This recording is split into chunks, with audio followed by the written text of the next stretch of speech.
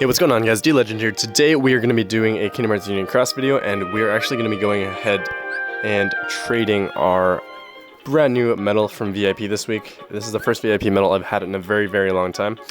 If you haven't seen my video on my thoughts about VIP and why I decided to buy VIP this week, make sure you check that out. I'll leave a link in the description below. But it should be like a video or like probably 2 or 3 videos before this. And yeah, hopefully you enjoyed that video because I kind of go in depth about VIP and the entire thought process behind VIP, I guess.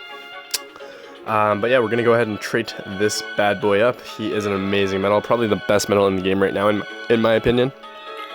So let's go ahead and do that. Before I start though, I just want to ask you guys to subscribe to the channel for more Kingdom Hearts Union Cross content and Dark Road content. I really appreciate all your support in the past few weeks and months. We hit 1,000 and then 1,300 really quickly here, and now we're at like 1,320 or so 1,320 subscribers, which is pretty crazy considering I posted the other video that I talked about yesterday, where I hit 1,300 subscribers. So let's keep up the amazing work, guys, and let's just get as far as we can go with our subscriber count, and I'll keep trying to put out better content for you guys. But let's go ahead and do the traits for Terra-Xehanort B. So you do get 8 trait medals for VIP if you get VIP for this medal.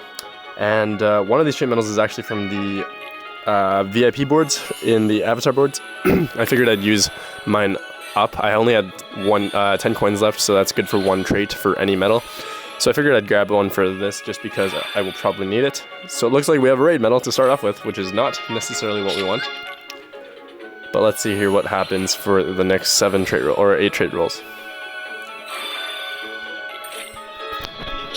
Personally, I'd say this medal would be a really solid raid medal, especially if you have a power setup already, and I technically do have a really sweet power setup that is good for raids, so I could technically use this for raids, but I think I'd probably rather have it as a PvE medal, just because of how amazing it is utility-wise. It buffs your upright and as well as your reverse medals, and it buffs literally every PSM attribute that you need, and debuffs every single PSM attribute. So let's go ahead and try to get ground, aerial, extra attack, and double strength. We're starting off okay, not too bad. We do have double aerial enemy defense down. Obviously doesn't work, so we're gonna need ground. Or another damage in raids, apparently. We'll keep it for now, just in case we do want to make this a raid medal. And we'll kind of see what happens, but I think we'll probably try to make him a PvE medal. There we go, strength trait. Let's get rid of this first, because it's absolutely useless to us. And then let's see what happens for the 8th trait roll. We'll skip that. And then after I roll my traits, I'll just do a quick medal showcase for this and decide what skill to give this medal. There we go. We give him ground there, and then we're going to have to go and grab some more traits from the Moogle shop, which is fine. By the way, guys, if you guys want to know how to decide whether or not to just buy if you have access to VIP and you're trying to figure out whether or not to buy traits, obviously it's pretty easy to tell. Like, so my medal specifically right now, if I wanted to buy extra attack, let's say, and I select medal and I find it, right now, if I wanted to get extra attack and another strength trait, I need 2,000 more jewels to be able to do that, right? If I just buy them straight up from the Moogle shop.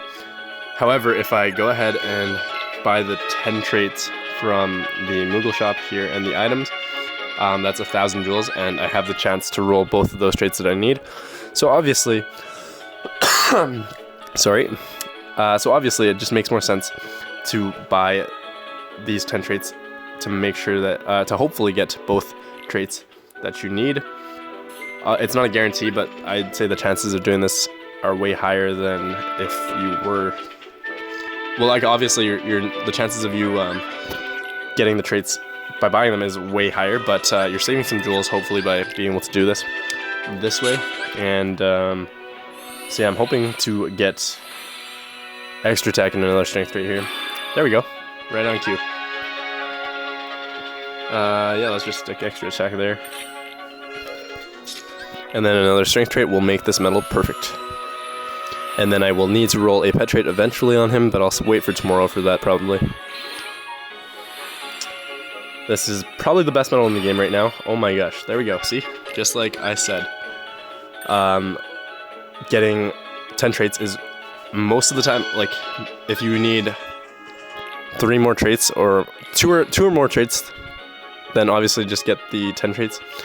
But if you just need 1 trait left to make it a perfect medal, then why would you not just buy the trait from the Moogle shop, right? Directly, instead of buying 10 traits.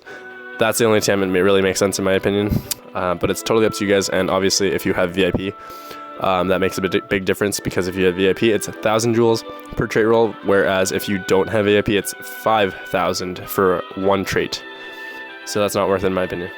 Anyways, that is it for Terra-Xehanort B. Let's figure out a skill for him, because he does cost 0 gauges, and he is an insane buffer. So let's go ahead and pop him with a very good skill here. Let's see what happens. I don't need gauge skills. I just need a regular attack boost max. So I'm gonna skip over all of those. That's attack boost 13 max, which is the best skill in the game right now. So let's just do that. The other options I would have are attack boost 12 max, and that's about it really. So just a heads up there if you guys want help deciding on skills. If you're making this a raid medal, obviously a raid skill would be really good, so a Lux ++ skill would be really good on him. But if you're going to make him a PvE, PvP medal like me, I would recommend going with the highest attack boost that you have currently.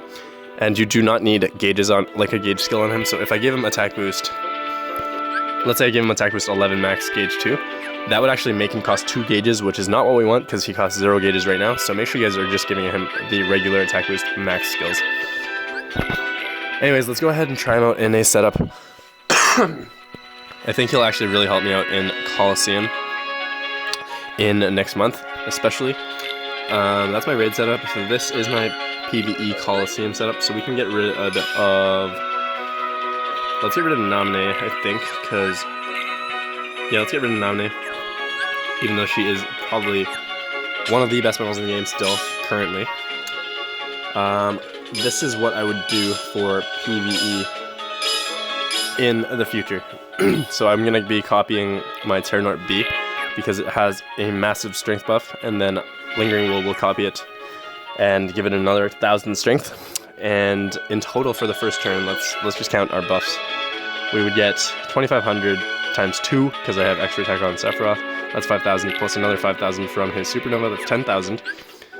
Another 4,000 from Lingering Will. 14,000 plus. We're copying this, so another 6,000, but because Lingering Will does give you another 1,000 on top of that, it'll be 7,000 per cast here, so that'll be another 14,000, so that's 28,000 right there, just based off the first 3 medals. Terra-Xehanort B will provide another 12,000 with his special attack, so that's 40,000 right there, and then another 10,000 from his Supernova, so that's 50,000 strength right there on the first turn. Cloud will provide another 6,000 for a special attack, and another 6,000 from his Supernova. So that's 62,000 strength right there. On top of that, we do have another Cloud, so we do have another 3,000 for the time being. I'm probably going to buy extra attack for him. What was I at? 52,000 or something like that? So 52,000 plus another 12,000 is 64,000 in 1 turn, so that's pretty solid. Obviously, there's better options nowadays than Cloud and this Sephiroth, but I just don't have them right now, so this is probably going to be my PvE setup for the future. But let's go ahead and try this out in just showcase the medal. And just to show you guys what he looks like. Let's go into... Ooh, I gotta do this. What time is it? Okay, I got a few minutes. Let's go ahead and run to the training stage, and we'll go ahead and fight this ground enemy.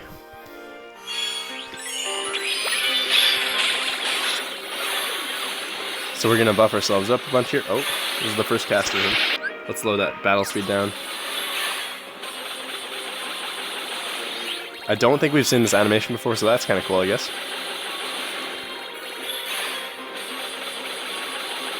Very cool. So, yeah, damage-wise, he does pretty solid damage, and he obviously buffs you up quite a bit. So if I popped off all these buffs, I would have a pretty crazy strength buff. And I forgot to mention that if I did use Terra to renew all the supernova for these power metals, I would obviously have a lot more strength. I didn't do the math for that yet. But it'd be the 64,000 plus whatever else, right? So, pretty solid buffs here. And we actually get to kill this thing in less than one turn, which is pretty awesome. Let's just finish this mission off and call it. That's the end of the video, guys. Hopefully you enjoyed it. Hopefully you guys have some insight on what to do with your brand new VIP medal if you decided to buy it. If you don't have the funds for it, don't go ahead and buy VIP. Like, literally just save your money if you need to pay for rent or for food or whatever. But yeah, this is a really solid medal, and if you do have the means to get it, I'm not gonna say go grab it, but like, I'm not gonna say don't get it either.